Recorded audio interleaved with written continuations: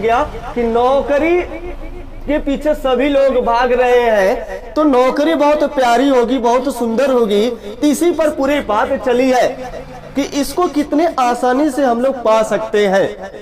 तो आसानी से पाने के लिए जो आपको बातें समझाया गया है कि सबसे पहले आपको रुचि पैदा करना पड़ेगा। तो आज के युग में अगर कोई आपसे पूछ रहा है कि सबसे बढ़िया टीचर अध्यापक कौन होता है, तो वह सबसे बढ़िया टीचर अध्यापक वही होता है जो किसी भी विषय में आपके अंदर रुचि डाल देगा। क्योंकि रुचि डालेगा तो यहां से नौकरी, व्यापार, सम्मान जो आप पाना चाहेंगे सब के सब यहीं से आपको मिलेगा।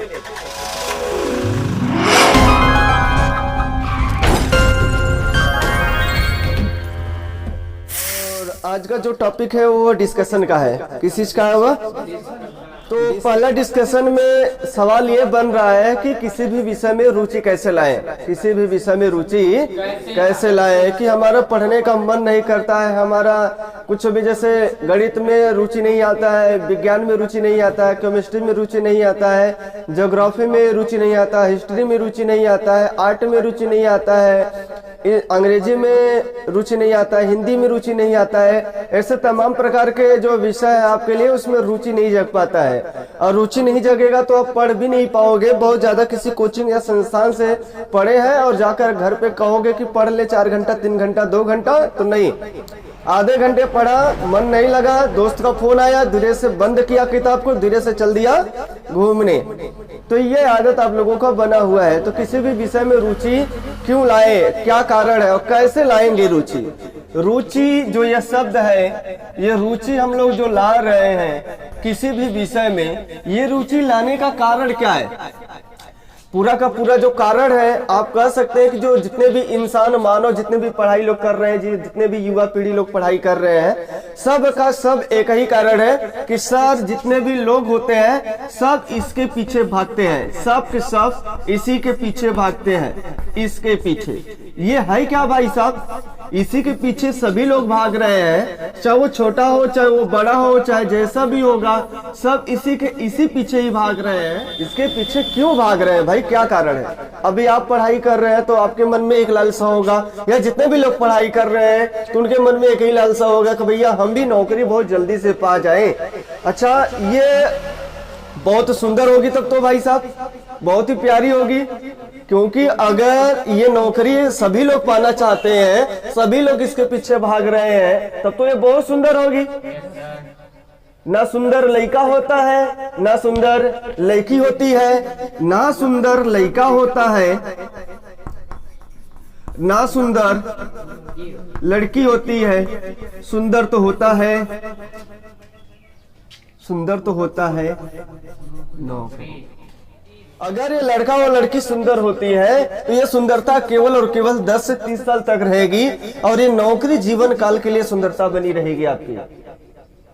तो इसके पीछे सभी लोग भाग रहे हैं। इसके पीछे देखो आपका कारण क्या है। अगर आपको नौकरी मिल गया, आप कैसो भी व्यक्ति रहिएगा, आपके पीछे सभी लोग यानी जितने भी आपके रिश्ते आएंगे सब अच्छे से अच्छे रिश्ते चले आएंगे। बस कारण क्या है? नौकरी। बस कारण क्या है?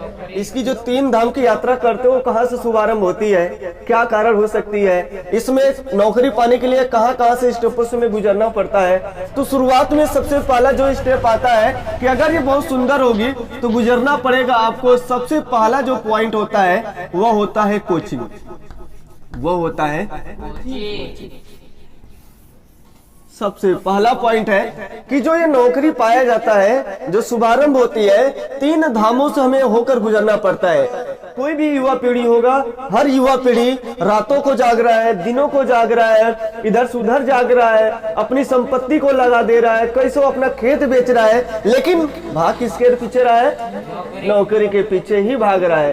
तो नौकरी के पीछे भाग रहा है तो कारण क्या है? ये बहुत सुंदर होगी तो सुंदरता मिलेगी कैसे आपको? सुंदरता मिलेगी कैसे? ना कोई लड़का सुंदर होता है, ना कोई लड़की सुंदर होता है, होता तो नौकरी है। एक बार नौकरी पर लग कर देखो सुंदर कौन होता है, खुद पता चल जाएगा आपको। एक बार नौकरी पर लग कर तो देखो सुंदर कौन होता है, पता चल जाएगा कि लड़का सुंदर होता है या लड़की सुंदर होती है। इसलिए बात बोला गया है कि ये जो उम्र का निशानी है, ये सुंदरता का पन है, ये केवल और केवल 10 से 30 साल तक ही सुंदरता आपको मिलेगी। ना आपको विश्वास हो तो कहीं आप जाते होंगे या किसी शादी विवाह पार्टी में या अपने दोस्तों में, तो आपसे बस यही पूछा जाता होगा क्या करते हैं आप। आपको अगर इज्जत देनी होगी तो पूरी की पूरी प्रोसेस इसके ऊपर डिपेंड करती है। अगर आपने कह दिया कि अभी इस समय हम क्या कर रहे हैं, खेतों में काम कर रहे हैं और तैयारी कर रहे हैं, देखना वहां पर क्या होता है, आपकी इज्जत वैल्यूएशन डाउन हो जाएगी। और जिस दिन कह दिया कि हम पुलिस में हैं, किस में है, पुलिस में है, फिर देखना वहीं पर आपको इज्जत देना शुरू हो जाएगा। वहीं से आपकी सम्मान बढ़ जाएगा जहां पर आप गए हैं, जिस सभा में बैठे हुए हैं। तो लोग जो सम्मान दे रहे हैं वो प्रतिष्ठा से दे रहे हैं, पद से दे रहे हैं। किससे दे रहे हैं? पद से दे रहे हैं। आज के युग में जो कोई भी व्यक्ति आपको सम्मान दे रहा है वो केवल और केवल पद से दे रहा है। पद है तो सम्मान है, पद नहीं है तो सम्मान नहीं है आपको। पुलिस बोल दिया, सम्मान मिलना शुरू हो गया। एडवोकेट बोल दिया तो क्या समझ में आ रहा है? एडवोकेट बोलते ही आपको और बड़ा सम्मान मिलना शुरू हो गया। अगर बोल दिया कि हम एसपी हैं, तब तो और आपको सम्मान मिलना शुरू हो गया। देखिए, जैसे जैसे पद बढ़ती जा रही है वैसे वैसे आपकी सम्मान बढ़ती जा रही है। और तो और अगर बोल दिया कि डीएम है तो आपकी सम्मान 4 सितारा लग जाएगा। तुम कितनों भद्दा रहोगे, हजारों शादी आपके घर आएगी। डीएम वाले पोस्ट पे लगने जा रहे हैं और आपका चेहरा देखने लायक नहीं है, फिर देखना क्या होता है। अगर शादियां न आए आपके लिए तो बताइएगा, और जहां भी जाएंगे वहां सम्मान भरी तालियों के साथ आपका वेलकम किया जाएगा। और कह दिया कि अगर जज है, अगर बोल दिया कि जज है, तब तो मेरे भाई साहब आपकी सम्मान का कोई ठिकाना नहीं रहेगा। क्योंकि एक ही व्यक्ति एक ऐसा होता है जो राजा की तरह जीता है। क्योंकि राजा के पास ही अधिकार होता है कि मैं जो बोलूं वो लोग माने। मैं न्याय देने वाला हूं, तो न्याय देने वाला कौन होता है? राजा ही होता है। न्याय देने वाला इस दुनिया में वह होता है तो कौन होता है? केवल राजा ही होता है। तो जज यहां बैठकर डीएम को भी न्याय देता है। जज बैठकर यहाँ, जज बैठकर यहाँ, जज बैठकर यहाँ, जज बैठकर यहाँ आम आदमी को भी देता है। तो न्याय देने वाला व्यक्ति सबसे बड़ा व्यक्ति होता है। तो मतलब सम्मान, आपकी प्रतिष्ठा कैसे बढ़ रही है? इस नौकरी से। और ये नौकरी के पीछे सभी लोग दीवाने हैं। तो दीवाने हैं और दीवाने बन नहीं पा रहे हैं। जितने भी लोग हैं सभी बंदे इसी के पीछे भाग रहे हैं। लेकिन किसी का, मैं एक ही कॉमन देखा हूं किसी भी व्यक्ति में, एक ही कॉमन देखने को मिला है। जितने भी लोग होते हैं सब के सब तैयारी करते हैं और वह होता है सिलेबस। होता है मेरे भाई साहब, सब के सब तैयारी करते हैं और वह होता है सिलेबस। वह होता है सिलेबस। सभी के सभी लोग सिलेबस के पीछे भागते हैं। और मैं यही आपको आज समझाना चाह रहा हूं, रुचि क्या होता है, किसी भी विषय में रुचि कैसे लाए। आज का टॉपिक यही है। जो सिलेबस के पीछे भागा मेरे दोस्त, उसको तो नौकरी मिलेगा भी नहीं। पहली बात, जो ये नौकरी के पीछे जो आप भाग रहे हैं और सिलेबस पढ़ रहे हैं, कभी नौकरी नहीं पाएंगे। सिलेबस के पीछे भागा कभी नौकरी नहीं पाओगे। अगर सिलेबस के पीछे नहीं भागा, अज्ञान के पीछे भागा, जिसे हम कहते हैं रुचि, अगर रुचि के पीछे भागा तो यहीं से मिलेगी नौकरी, यहीं से मिलेगी नौकरी, और यहीं से मिलेगा व्यापार, और यहीं से मिलेगा सम्मान, और यहीं से मिलेगा हर चीज। जितना आप पाना चाहेंगे सब के सब आपको मिलने वाला है इस रुचि से, ना कि सिलेबस से। कहते हैं सबसे बढ़िया टीचर कौन होता है, सबसे अच्छा टीचर कौन होता है? एक तरफ बात किया गया है, एक टीचर हुआ था जो पूरे सिलेबस को खत्म कर दिया, और एक जगह हुआ टीचर था जो आपके विषय में रुचि डाल दिया। एक तरफ टीचर हुआ है जो सिलेबस खत्म नहीं किया, आपके किताब में आपके विषय में रुचि डाल दिया, और दूसरी तरफ वह टीचर है जो पूरा सिलेबस खत्म कर दिया। इन दोनों में डिफरेंस क्या है? जो सिलेबस खत्म किया होगा वह सिलेबस के चक्कर में परेशान रहा होगा, आज तक उसे समझ में नहीं आया होगा, रट्टा मार रहा होगा कि ये परीक्षा में पूछेगा। जो टीचर रुचि डाल दिया जिस बच्चे के अंदर, उस बच्चे के अंदर ये उत्साह जगेगा कि ये टॉपिक कैसे आया, अच्छा ये होता है तो क्यों होता है। देखिए बच्चा, क्योंकि यहाँ दोनों में बहुत ही डिफरेंस है, एक सिलेबस और एक रुचि। आज जितने भी टीचर हैं काम कर रहे हैं किसके ऊपर? आउट ऑफ सिलेबस, सिलेबस के ऊपर काम कर रहे हैं। अगर सिलेबस के ऊपर काम करोगे तो हमेशा का हमेशा फंसे रह जाओगे। सबसे बड़ा चीज तो यही है। तो आज के युग में अगर कोई आपसे पूछ रहा है कि सबसे बढ़िया टीचर अध्यापक कौन होता है, तो वह सबसे बढ़िया टीचर अध्यापक वही होता है जो किसी भी विषय में आपके अंदर रुचि डाल दे।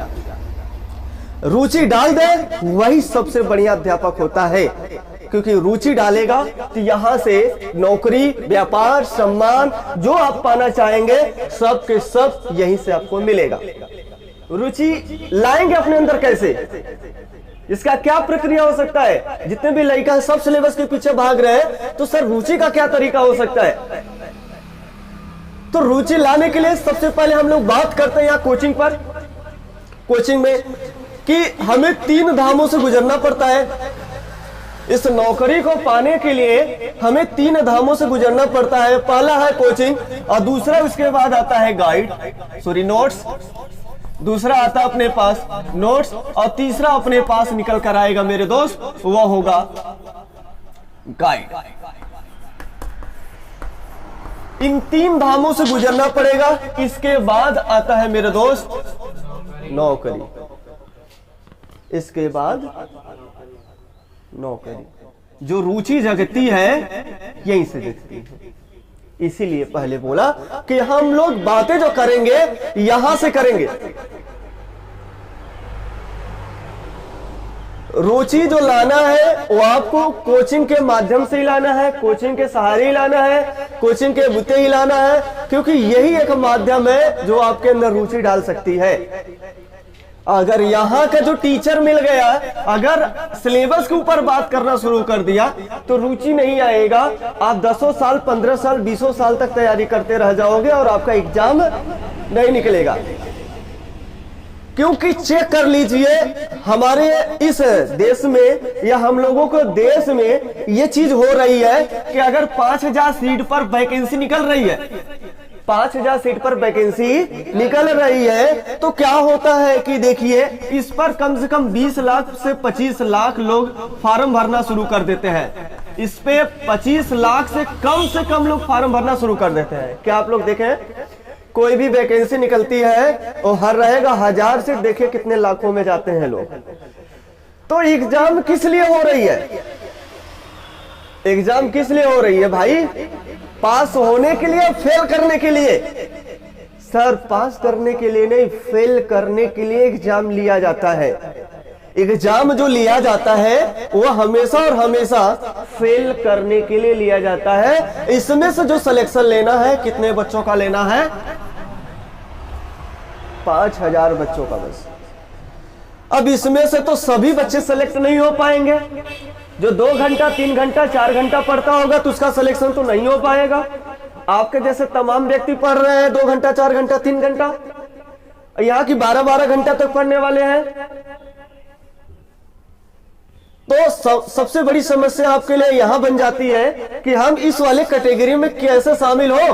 5000 वाले में कि सर 18 घंटा पढ़े तब शामिल हो जाए, या 12 घंटा पढ़े तब शामिल हो जाए, या 3 घंटा पढ़े तब शामिल हो जाए। तो 5000 वाले वैकेंसी में आपको शामिल होना कि 5000 वाले में हम सेलेक्ट हो जाए और 25 लाख में से 5000 वाले पॉइंट में आ जाए। 5000 वैकेंसी निकल रही है और 25 लाख लोग भरे हुए फॉर्म, तो हम कैसे उसमें शामिल हो सकते हैं? तो शामिल होने का बस मात्र एक ही माध्यम है, वह है रुचि, ना कि सिलेबस। बस मात्र क्या है? रुचि। अगर रुचि आ गई तो समझ जाइए कि 5000 वाले पॉइंट में अभी क्या हो गए हैं? शामिल हो गए हैं। अन्यथा फिर 5000 वाले पॉइंट में नहीं, 25 लाख वाले में जो फेल करने के लिए परीक्षा ली जाती है, उस वाले कैटेगरी में आप शामिल हो गए हैं। तब तो हम आपको यही समझाना चाहेंगे कि ये रुचि जो लाने का प्रयास कर रहे हैं, शुभारंभ में जो कोचिंग करते हैं, कुछ लोग बहुत दूर जाके तैयारी करते हैं, कुछ लोग बहुत नजदीक जाके तैयारी करते हैं, और कुछ लोग क्या करते हैं, अपने घर से ही तैयारी करते हैं। सही बात गलत बात? सही बात है। कुछ लोग रहकर अपने घर पर ही तैयारी करते हैं, कुछ लोग अपने घर से मार्केट में जाके तैयारी करते हैं, कुछ लोग अपने डिस्ट्रिक्ट में तैयारी करते हैं, कुछ लोग जाते हैं अन्य डिस्ट्रिक्ट में तैयारी करते हैं, और कुछ लोग जाके दूसरे राज्य में तैयारी करते हैं, और कुछ लोग जाकर विदेश में तैयारी करते हैं। तैयारी तो सब करते हैं। तो तैयारी करने का कारण क्या है, जिसे कहते हैं कोचिंग। कोचिंग ये रुचि उत्पन्न करने का एक माध्यम बनता है। तो आइए, जो ये कोचिंग होता है, ये एक कीड़ा है। क्या है? कीड़ा। कीड़ा का नाम सुने हैं? क्योंकि कीड़ा को मारना होता है तो हमें दवा लाना ही पड़ता है, जिससे हम लोग कहेंगे कि ये जो कोचिंग होता है, ये एक कीड़ा है। ये क्या है? ये एक कीड़ा है। कीड़ा का नाम हम लोग सुने ही होंगे। कीड़ा का नाम आप लोग सुने ही होंगे कि कीड़ा क्या होता है। अगर आपको चोट लगा है, अगर आपको चोट लगा है और आपके घर पर वह दवा अवेलेबल है, जिस चीज से वह ठीक हो जाता है, तो आप बाहर जाएंगे क्या? ये कोचिंग बोले तो वल्ली फार एक कीड़ा है, यहीं से दवा क्या मारा जाता है, इस कीड़ा को मारा जाता है। आपको बीमारी हुई है और आप क्या कर रहे हैं, अपने घर से भी कई लोग ठीक हो जाते हैं। वही चीज आपको बताया गया। कुछ लोग घर पर ही पढ़ के तैयारी करते हैं। मतलब अगर छोटी बीमारी हुआ होगा, सर्दी जुकाम हुआ होगा, तो क्या आएंगे, चले जाएंगे दवा लेने के लिए दिल्ली? नहीं भाई, कहां से लेंगे? कहां से लेंगे? अपने बगल से लेंगे, अपने घर पर ही दवा का इलाज हो जाएगा। लेकिन आपको हो गया है कुछ बड़ी बीमारी, तो कहां जाएंगे? और थोड़ा सा बड़ा हो गया तो स्टेट में जाना शुरू कर देंगे। भाई साहब, छोटी बीमारी रहेगा तो आप अपने जिले तक ही शामिल रहते हैं, दूसरे जिले तक शामिल रहते हैं। लेकिन अगर आपको बड़ी बीमारी हो गई तो आप अपने जिले से संतुष्ट नहीं होते हैं, कहते हैं कि मैं जाऊंगा अब दूसरे स्टेट में। तो फिर बड़ी कामयाबी पाना है, बड़ी नौकरी लेना है, बड़ी कीड़ा को मारना है, तो कहां पे जाना पड़ेगा? बड़ी कोचिंग में जाना पड़ेगा। इलाज वहीं पर मिलेगा जैसा आपका बीमारी होगा। ये बीमारी के हिसाब का आपसे इलाज मिलता है। जो ये इलाज दिया जाएगा आपको, जितनी बड़ी कोचिंग होगी उतना बड़ा इलाज का समाधान होता है। यहां से आपको रुचि डाला जाएगा। रुचि दो प्रकार से हो सकती है, एक रुचि यहां पर और एक रुचि यहां पर। इस वाले कैटेगरी में अगर शामिल हुआ तो 50 साल नौकरी तलाशते रह जाओगे और कभी नौकरी नहीं मिलेगा, और नौकरी नहीं मिला तो छोकरी भी नहीं मिलेगा। जो कहते हो कि लड़का और लड़की में से ना तो लड़का सुंदर होता है और ना ही लड़की सुंदर होता है, तब उस समय बैठ कर रोगे और कहोगे लड़का सुंदर होता है, लड़की सुंदर होता है। ये गलत काम है। नौकरी सुंदर नहीं होता है। एक बार लग के देखो नौकरी पर, खुद पता चल जाएगा कौन सुंदर होता है, लड़का सुंदर होता है या लड़की सुंदर होती है। नौकरी पर एक बार लग कर तो देखो। तो हम लोगों को पॉइंट यही है। इसके बाद अगर आप कोचिंग में जाएंगे तो कुछ बातें वो बताएगा, कुछ आपको दवा बताएगा। जैसे आप हॉस्पिटल में गए तो हॉस्पिटल वाला डॉक्टर आपको देखेगा और क्या करेगा, बच्चा आपको तमाम प्रकार की बातें बताएगा। और जो बातें बताएगा एक पर्ची पर लिख कर देगा कि ऐसा ऐसा दवा जाकर आप ले लीजिए। और यहीं पर लड़के लोग क्या करते हैं, गलती करते हैं यहीं पर। इसके बाद जाते हैं कोचिंग में, आपको कुछ बातें बताएगा, उसका बनाया जाता है नोट्स। क्या बताया जाता है? नोट्स। उसका बताया जाता है नोट्स। कि ये जो नोट्स होता है, और सबसे पूरी बात जो डिपेंड होती है इसी नोट्स के ऊपर डिपेंड होती है।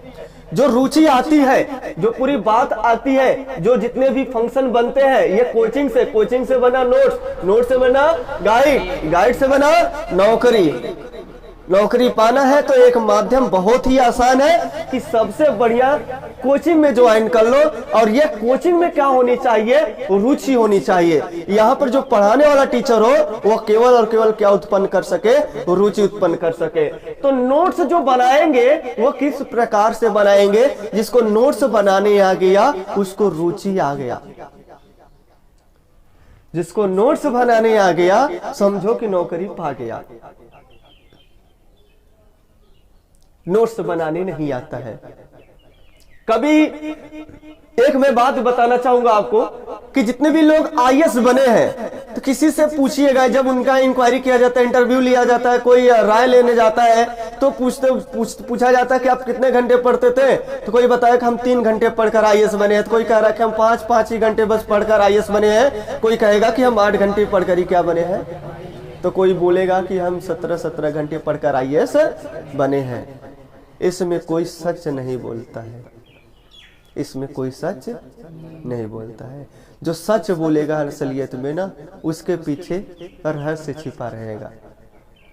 कोई 2 घंटा, बाकी तुम घंटे क्या करते थे, बाकी 2 घंटा 4 घंटा 6 घंटा पढ़कर तुमने आईएएस निकाला, तो बाकी घंटा तुमने क्या किया है, बाकी घंटा मौज किया तुमने?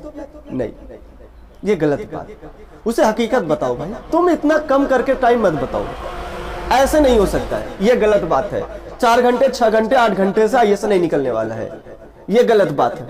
ये हकीकत बताओ सभी लोगों को कि अगर हम 6 घंटे बोल देते हैं ताकि हमसे लोग आकर जुड़े, कम से कम समय बताएंगे, तो ज्यादा बता देंगे कि 18 घंटे पढ़ते थे, 20 घंटे पढ़ते थे, 16 घंटे पढ़ते थे, कोई देखेगा नहीं।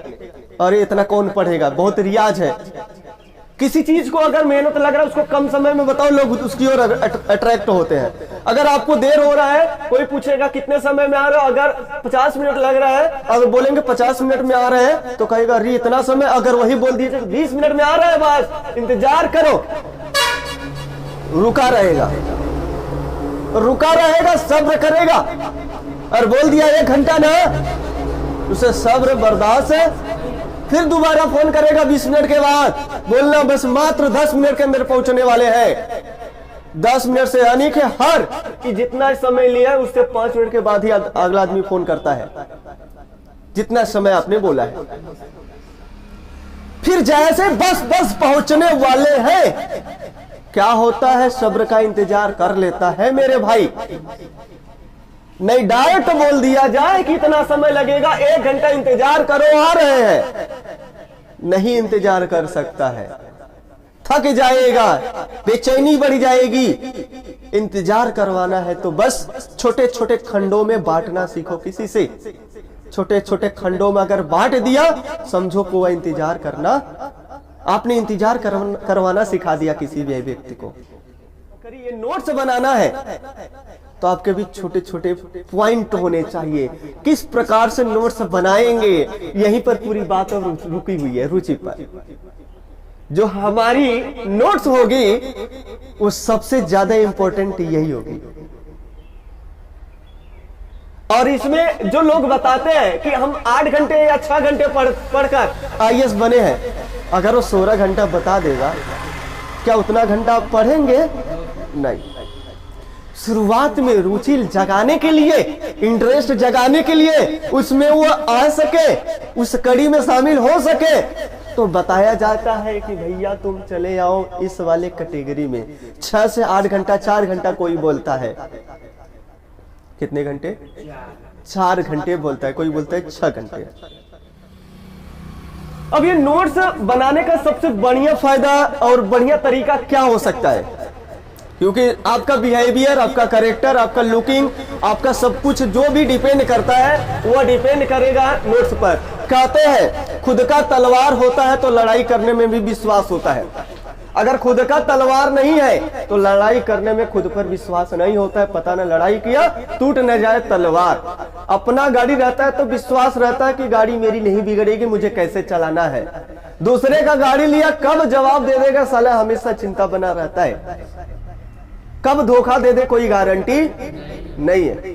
और टीचर जो पढ़ाता है वह होता है सिलेबस। वो क्या होता है? इसमें कुछ ही टीचर जो होते हैं जो रुचि इंटरेस्ट करते हैं, जो रुचि पैदा करते हैं, ऐसे कुछ ही टीचर होते हैं। तो नोट्स कैसे बनाया जाए, जो पूरी प्रॉपर्टी हमारी नौकरी पूरी डिपेंड है इस नोट्स पर, तो ये इस बात पर हम कैसे गौर कर सकते हैं कि नोट्स कैसे बनाया जा सकता है। नोट्स बनाने का सबसे बढ़िया तरीका है यही है कि जो आप नोट्स बनाएंगे, जो भी पॉइंट अगर कोई भी टीचर लिखवा रहा है उस पॉइंट को लिखते जाइए, और जो बात इसमें ये पॉइंट नहीं समझ में आया आपने लिखते गया। इसमें बात जैसे हम गणित में लिखवा रहे हैं और गणित में कोई सवाल लगा रहे हो, वहां पे सूत्र आ गया, उस सूत्र को अपना एक नोट्स अलग से डाल दो, उस सूत्र को तुरंत यहाँ पे लिख दीजिए। जैसे हम हिंदिया पढ़ा रहे हैं, चार मीनार की दीवार इस प्रकार से बनाई जाती है, तो आपको चार मीनार नहीं पता है कि चार मीनार क्या होता है, तो यहाँ पे आप एक नोट लगा सकते हैं, चार मीनार डालकर, और यहां से 3 लाइन कम से कम गैपिंग करना है। जो भी पॉइंट लिख रहे हैं घर पे नहीं लिखना है, सबसे पहला काम। जो पढ़ाई कर रहे हैं, जिस कोचिंग में पढ़ रहे हैं, वहीं पर यह बात समझ में आ जाना चाहिए जो टीचर पढ़ा रहे हैं। हाँ, जो बातें नहीं समझ में तुरंत हेडिंग लगा के उसके लिए तीन लाइन जगह छोड़ दीजिए, तुरंत जगह छोड़ दीजिए, और उसको खुद से डील करना है कि इसका मतलब क्या हो सकता है। और यही नोट्स जो बता रहे हैं आपको 4 चांद तक लेकर जाएगा, 4 चांद आपको दिखा देगा यही नोट्स जो आप यहाँ लिख रहे हैं। इतिहास, भूगोल, नागरिक शास्त्र, सबसे जो महत्वपूर्ण इसमें पॉइंट जो हो सकता है केवल और केवल यही हो सकता है कि जो आप पॉइंट लिख रहे हैं, कुछ भी टॉपिक लिख रहे हैं, उसमें कोई भी अगर पॉइंट नहीं समझ में है, तुरंत उसका आप हेडिंग लगाओ और 3 लाइन का गैपिंग करके फिर जो टीचर पढ़ा उसको पढ़ते जाओ। फिर जो बात नहीं समझ, फिर वहीं पे एक नोट डालिए, वहीं पर लिखिए ब्लैक पेन से, उसके लिए 3 लाइन फिर से छोड़िए, उसी के लिए 3 लाइन छोड़ो, और ये जो नोट्स बनेगा ना बहुत ही खतरनाक बन जाएगा। टीचर देखकर परेशान हो जाएगा आपके नोट्स को। ये लड़का के अंदर समझदारी नहीं, पूरा ज्ञान आ गया है, ज्ञान। समझदारी आता है तो लड़का तूफान मचाता है। कहते हैं जब तक आपका बुद्धि खुलेगा नहीं तब तक आपको नौकरी मिलेगा नहीं। अब बुद्धि खोलने के लिए क्या करना पड़ता है? समस्याओं से जूझना पड़ता है, समस्याओं से जूझना पड़ता है। और वो समस्या आपके पास यही है, जो समस्या बता रहे हैं आपको, नोट्स बनाने का तरीका है ये। जैसे प्रकाश का अपवर्तन आपने हेडिंग लगा लिया, जब प्रकाश किरण एक माध्यम से दूसरे माध्यम में जाती है तो अपने मार्ग से विचलित हो जाती है। इस घटना को हम लोग प्रकाश का अपवर्तन कहते हैं। और यहाँ पे अगर आपको बात देखा जाए तो एक बात आया माध्यम। सर इसमें माध्यम क्या हो सकता है? तो माध्यम के लिए 3 लाइन आपको तुरंत छोड़ देना चाहिए। ऐसा तमाम हेडिंग हो सकता है। मैं एक हेडिंग का उदाहरण बता रहा हूं आपको। जो भी पॉइंट लिखो, नहीं समझ में आ रहा, 3 लाइन का गैप करो, बस 3 लाइन में लिखो उसी पॉइंट को और खुद से लिखो कि ये क्या हो सकती है, और वही नोट्स। तब किताब की कभी जरूरत नहीं पड़ेगा। आपकी नोट्स ही आपकी किताब हो जाएगी, आपकी नोट्स ही आपको फेमस बना सकती है, आपकी नोट्स ही आपको नौकरी तक ले जा सकती है, और बहुत कम समय में, एक ही बार में। और वही 5000 वाले पॉइंट में आप शामिल हो जाएंगे तुरंत। इस चीज को कहते हैं रुचि लाना। यहां से आपके अंदर रुचि जगेगी उस छोटे से पॉइंट पर। जब आप बात करना सीखोगे तब। अब बात करना नहीं सीखा तब रुचि नहीं जागेगी, सिलेबस पूरा होगा। आज के हमारे युग में, हमारे इंटर सिलेबस में या आगे की तैयारी में क्या पूरा हो रहा है मेरे दोस्त? सिलेबस। और सिलेबस पूरा हो रहा है, सिलेबस लोग पूरा करवा भी रहे हैं। कितने लोग सिलेक्शन हो रहे हैं? काहे और लोग सिलेक्शन नहीं हो पा रहे हैं? सिलेक्शन ना होने का बस एक ही वजह है कि उसके अंदर रुचि नहीं डाला जा रहा है। रुचि डाला जाएगा तो नौकरी, व्यापार, सम्मान जो भी कुछ पाना चाह रहा है उसको मिलकर ही रहेगा। आपको गणित लगाने कैसे आएगा? पहले जब रुचि उत्पन्न होगा। नहीं, इसके पहले गणित क्यों नहीं लगा रहे? कि जितने भी लड़के आ रहे हैं, क्यों गणित नहीं आ रहा है लोगों को? देखिए, किसी भी लड़का इस कोचिंग में आ रहा है, अगर एक सवाल पूछ देते हैं छोटा सा मोटा सा, या अगर 12 में है तो उसको 10 का पूछ रहा है, सवाल नहीं बता पा रहा है। अगर 8 में है तो 6 का पूछ रहा है, सवाल नहीं लगा पा रहा है। मतलब भाई क्या ये बस यही बात है कि उसके अंदर रुचि नहीं आया है, और रुचि नहीं आया तुम उसे, अगर वो 8 में ही पढ़ रहा होगा, उसे तुम 3 का भी सवाल पूछ दोगे तो नहीं लगा पाएगा। आज की ये सिस्टम चल गई है, मतलब उसको जहां भी पढ़ाया जा रहा है पूरा किताब खत्म होना चाहिए, चाहे उसको आए या न आए, चाहे उसको आए या न आए, किताब हमारा खत्म होना चाहिए। और यह एक जगह का हाल नहीं है, ये हर जगह का हाल है। मैं गारंटी देता हूं आपको, जिस दिन आपको रुचि आ गई किसी भी विषय में, उसके आप लेक्चरर बन जाएंगे। और रुचि उत्पन्न नहीं हुआ, सिलेबस पूरा हुआ है, तो लेक्चरर नहीं, नौकरी भी नहीं मिलेगी। कि यहां तक पहुंचने के लिए मुझे किन किन स्टेपों से गुजरना पड़ेगा। और जो महान लोग बने होंगे, जो नौकरी पर चढ़ा होगा, उससे पूछ लेना एक बार, ये सुंदर है या नहीं है, तो जवाब बता देगा ये सुंदर नहीं होता है। सुंदर यह होता है जिस दिन नौकरी पर चढ़कर देखिए, गालों पर तमाम प्रकार के कुछ निकले होंगे, लेकिन लड़कियां मिलेगी तो एकदम चिकनी वाली मिलेगी, लड़कवा मिलेगा तो एकदम चिकना वाला मिलेगा। जिस दिन लड़कियां नौकरियां पर बैठ जाएंगे। क्या समझ में आ रहा है? नहीं समझ में आ रहा है? आ रहा है कुछ? ये जो गाइड मिलेगा आपको, आपने यहाँ टीचर ने आपको बताया और नोट्स आपने खुद बनाया है, क्योंकि आप डॉक्टर खुद हो गए, क्योंकि नोट्स बनाना सीख गए तो डॉक्टर कौन हो गया है? आप ही हो गए। आपने दवा लिखना शुरू कर दिया है कि ऐसे ऐसे इसको क्या करना है, देना है, दूसरे को भी मैं ऐसे खिलाऊंगा। आप खुद डॉक्टर बन रहे हैं। अभी आप क्या थे? डॉक्टरी लाइन में गए थे, यहाँ पे आप डॉक्टर बनना शुरू कर दिया। जैसे ही नोट्स बनाना शुरू कर दिया, यहां से गाइड करना शुरू कर देंगे दूसरे को। इस चीज को ऐसे मुझे करना चाहिए, खुद के अंदर टैलेंटी आती है, जिसे कहते हैं मैच्योरिटी, जिसे कहते हैं हम लोग मैच्योरिटी, समझदारी। क्या कहते हैं?